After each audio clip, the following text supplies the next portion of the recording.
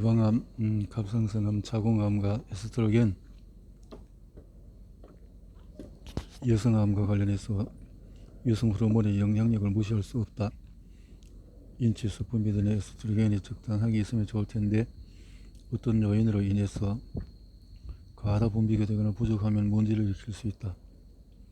그러므로 암을 예방하는 생활 습관을 실천하기 전에 우선은 자신의 몸 상태가 어떤지 스스로 알고 있어야 한다.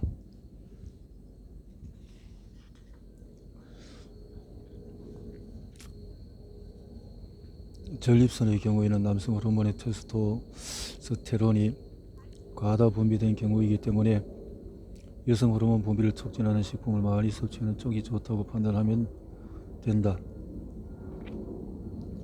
다음 두 가지를 기억하기 바란다.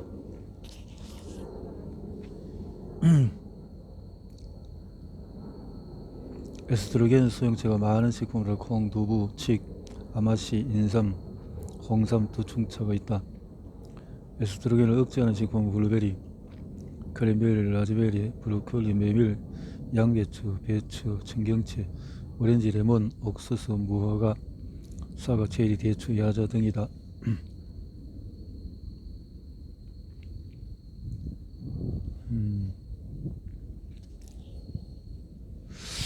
피임약은 유방암 발병률을 높인다. 유방암은 조기에 발견하면 90% 이상 완치를 기대할 수 있다고 한다.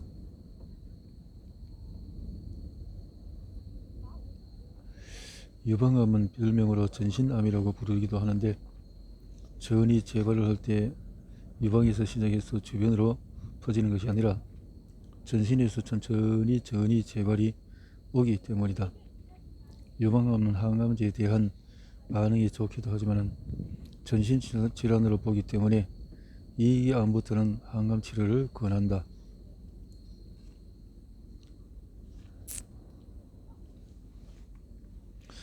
유방암의 원인은 에스트로겐 연관성이 유력한 것으로 본다. 유전적으로 발생한 경우는 전체 유방암 환자의 5에서 10% 정도이다.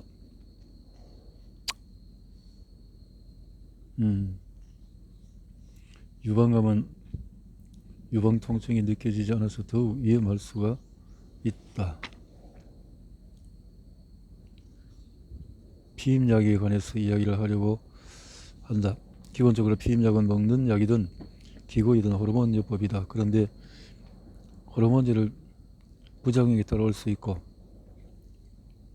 발병률을 높인다.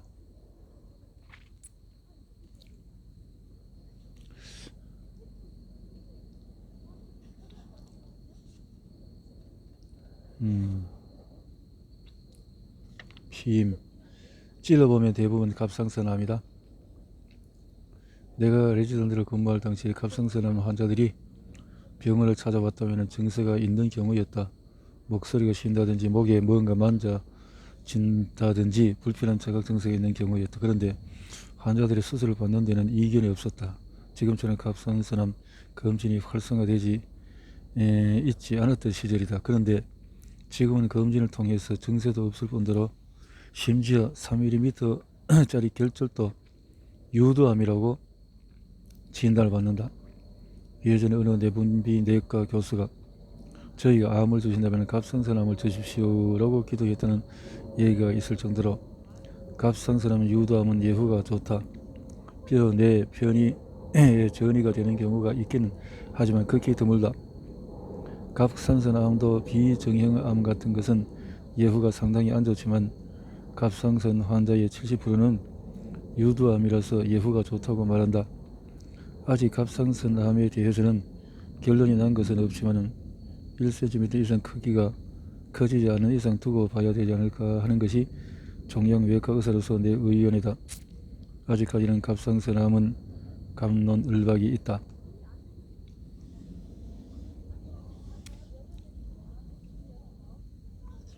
자궁암보다 근종과 성근증 예방.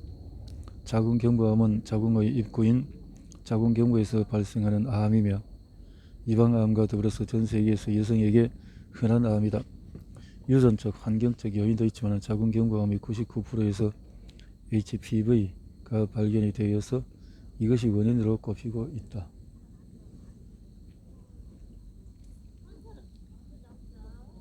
HPV는 한번 감염되면 완치가 불가능하고 간암처럼 바이러스가 원인이기 때문에 성경암이 시작되는 10대 후반에서 작은 경부암 접종을 권고하자고 권장된다. 이것도 찬반 의견이 대립하기도 하는데 예방접종을 하고 나서 사망에 이를 정도의 쇼크가 있었던 사례 때문이다.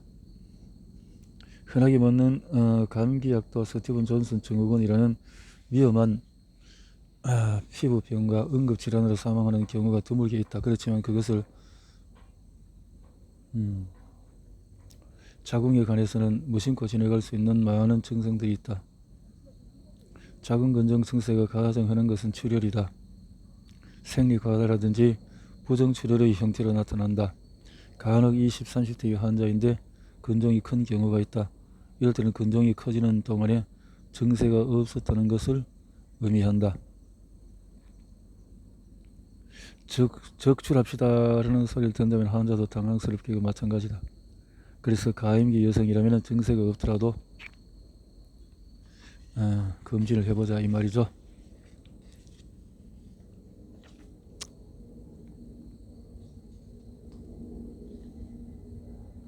자궁선 근증은 경계가 없이 붓는 병이기 때문에 그것만 제거하는 것이 불가능해서 진단 후 치료도 어렵다. 기존의 치료법으로는 자궁 적출을 권하는 것이 수순이다. 그게 아니면 증세 완화의 목적으로 호르몬 치료를 하기도 한다. 프로게스테론 제제를 쓰는 것이나 미리날이라는 피임기구를 자궁 내막에 삽입하는 방법을 쓰기도 한다. 그러나 호르몬제라는 게 효과가 있을 수도 있고 없을 수도 있다는 것이 문제다. 최근에는 비수술적인 법인 하이프 시술이 있어서 적출 없이도 치료가 가능하고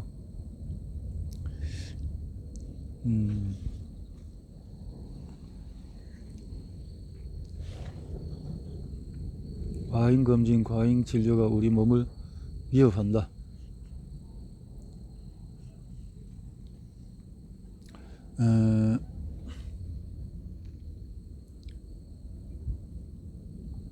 우리가 검진을 하는 이유는 무엇일까? 종양만 보더라도 조기 발견 의미가 있는 검진은 분명히 있다. 예방암, 위암, 대장암은 조기 발견이 상당히 의미가 있는 질병에서 유방, 초음파, 위 내시경, 대장 내시경은 적극적으로 해야 한다고 본다. 건강검진은 자신의 몸을 이해하고 질병에 걸릴 수 있는 위험을 감안해서 암이 아닌데 암 치료를 받을 위험은 검진을 둘러싼 양날의 검에 대해서 예방의학 분야는 전공의가 적기도 하지만 그나마도 검진 분야에서 체계적으로 훈련을 받고 의사는 적다. 겸직을 하는 경우가 많아서 환자를 보다가 일주일 특정 날이나 파트타임으로 검진을 업무를 보기도 한다.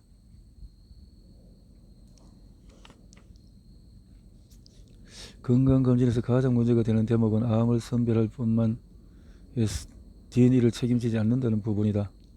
암일 가능성이 높은 결과가 나와도 그 이후의 사후 조치를 의사와 의료기관 그리고 개인에게 모두 이름해야 할 꼴이라는 또 검진을 받는 사람은 그저 황야에 내버려진 느낌만 받는 것이다. 신경모세포종은 뇌를 제외하고 5세 이하의 어린이에게서 가장 흔하게 발견할 수 있는 고형암이다. 상당히 커지면 복부 대동맥을 침범해서 간 같은 중요 전기에 전이 될 위험성이 있는 반면에 소변 검사를 쉽게 찾아낼 수 있다.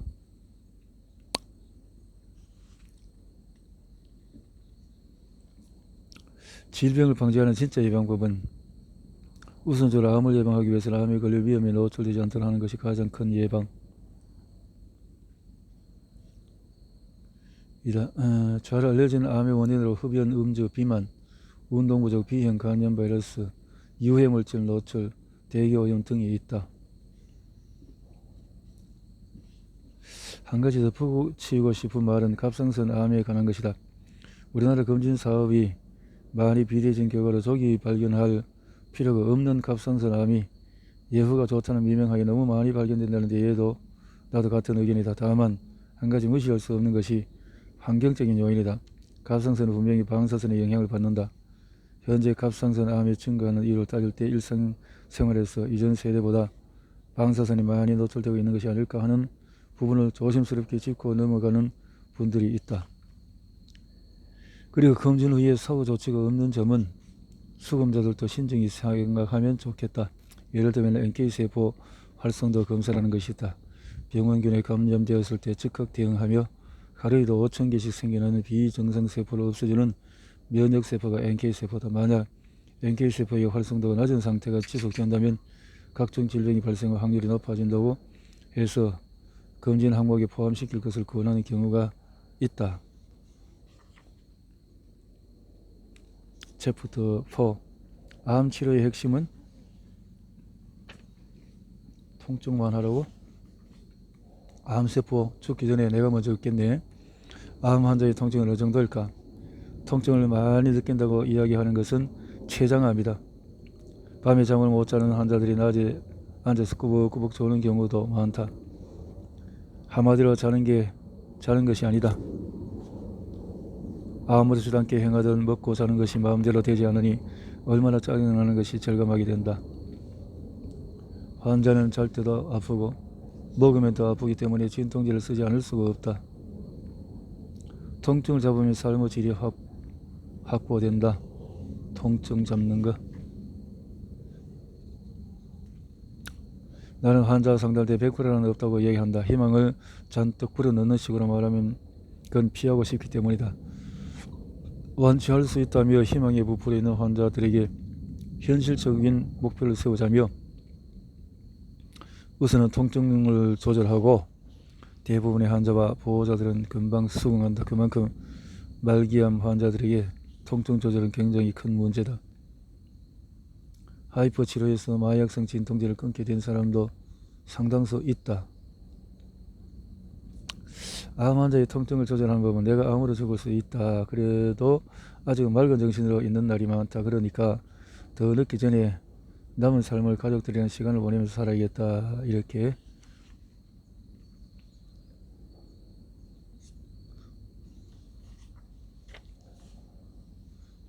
우리 병원에서 가장 많이 보는 환자는 전이성 간암이다. 간은 우리 몸을 해독하고 대사작용을 활발하게 하는 역할을 하는데 다른 장기를 통해서 전이가 일어나면 간이 수행하고 있는 역할을 모두 수행하기가 어렵다. 이럴 때 간 기능 저하가 생기기 때문에 간암 치료에 중점을 두기보다는 생명 연장을 위한 완화 치료에 초점을 둔다. 이때 가장 핵심은 사는 동안 삶의 질을 높이는 통증관리다. 통증만 잡아도 질병으로 인한 불안과 공포감을 상당히 줄일 수가 있다. 하이프 시술이나 동맥내 항암 치료가 나오기 전에는 통증 치료를 하면 약물 치료가 거의 전부였다. 처음엔 일반적으로 사용하는 진통제를 써보고 안되면 마약성 진통제를 넘어간다. 마약성 진통제의 단점은 너무 세게 쓰면 어지럽고 구토가 나는 부작용이 있다는 것이다. 게다가 이것이 장운동을 떨어뜨려서 변비가 생기곤 한다. 췌장암은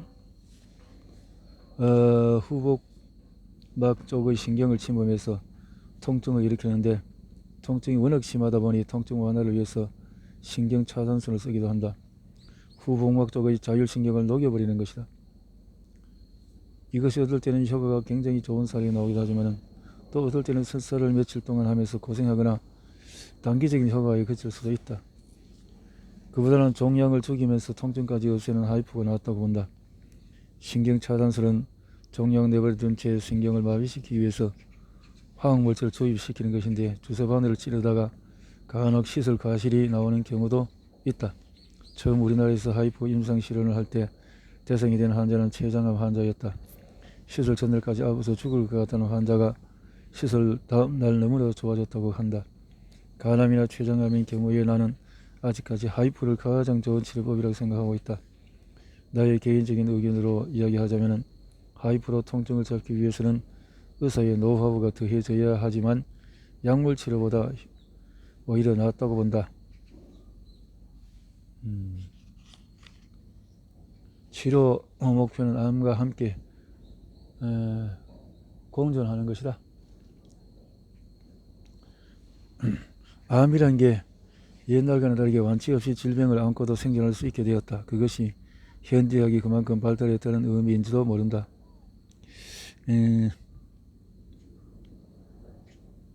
수술, 방사선 치료, 암 치료를 위해서 어떤 사람은 살고 어떤 사람은 죽는다는 결과도 바로 나왔다. 반면에 최근에는 3, 4기 환자들도 오래 살다 보니 수술, 방사선, 항암이라는 표준 치료를 할 수가 없는 환자들에 의해서 관심이 확대되었다. 1990년 세계보건기구가 중심이 되어서 기존 암 치료의 근본적인 발상을 뒤엎는 변화가 시작되었다. 암 치료는 근치를 지향한다는 근본 원칙을 버린 것이다. 근치를 지향해도 대부분의 환자가 암에 질 수밖에 없는 것이 현실이라면 그 사실을 직시하고 우리는 무엇을 할 수 있는지 진지하게 생각해 보자는 것이다. 암 발생의 원인은 아직까지 정확히 밝혀지지 않았다. 특히 성인에게 발생되는 대부분의 암은 특정 요인에 의해서 생기는 것이 아니라 복합적인 원인에 의해서 발생한다는 사실을 밝혀지고 있어서 수술, 항암치료, 방사선 치료가 중심이 되고 있는 현대의학적인 치료만으로 근본적인 암 치료를 할 수 없다는 얘기가 된다. 따라서 암 세포만을 기계적으로 줄이는 근시안적인 치료에서 벗어나서 암 환자의 삶의 질을 향상시키고 생명 연장을 위해서 기존의 표준 암 치료와 더불어서 보완해 줄 수 있는 통합 암 치료법이 필요해졌다. 질병과의 평화로운 공존이 필요하다. 그동안 암은 죽여야 할 대상으로 봤지만 이제는 존재를 인정하고 공존하는 법을 배워야 할 때가 아닌가 생각을 한다. 수명이 늘어나면 암 환자도 늘어난다. 예전에 암은 발병 연령이 높고 치료도 불가능한 경우가 많았지만 지금은 암 발병 후에 환자 5년 생존율이 크게 높아졌다.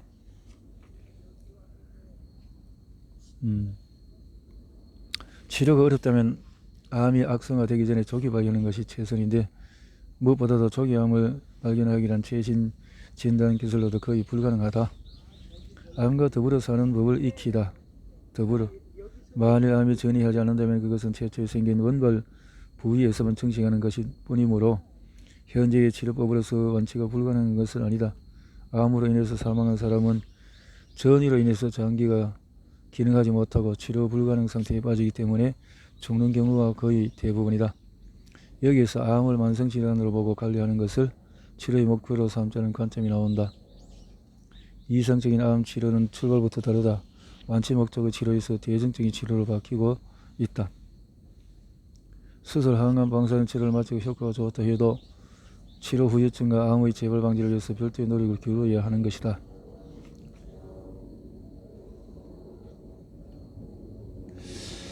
대학병원에서 암 환자들이 대접을 못 받는 이유는 뭘까?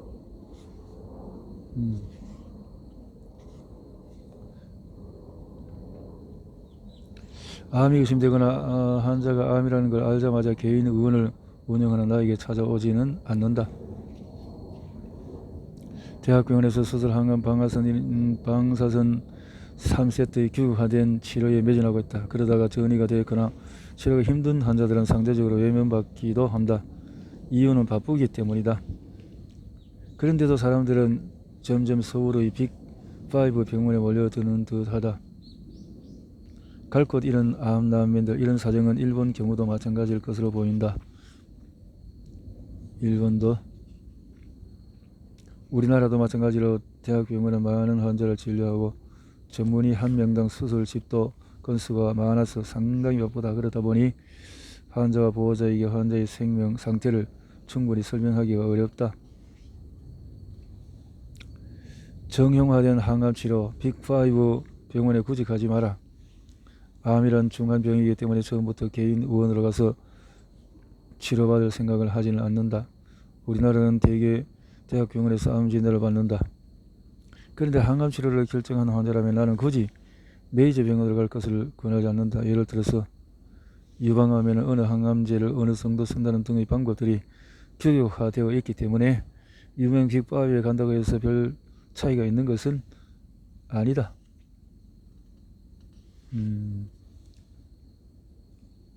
지방병원, 대학도 수술 잘하고 항암치료 시스템이 잘 갖춰져 있다. 무리하지 않기를 권한다. 서울의 유명 종합병원으로 환자가 몰리는 것은 어쩌면 그 정도 정보밖에 얻을 수 없기 때문인지도 모른다.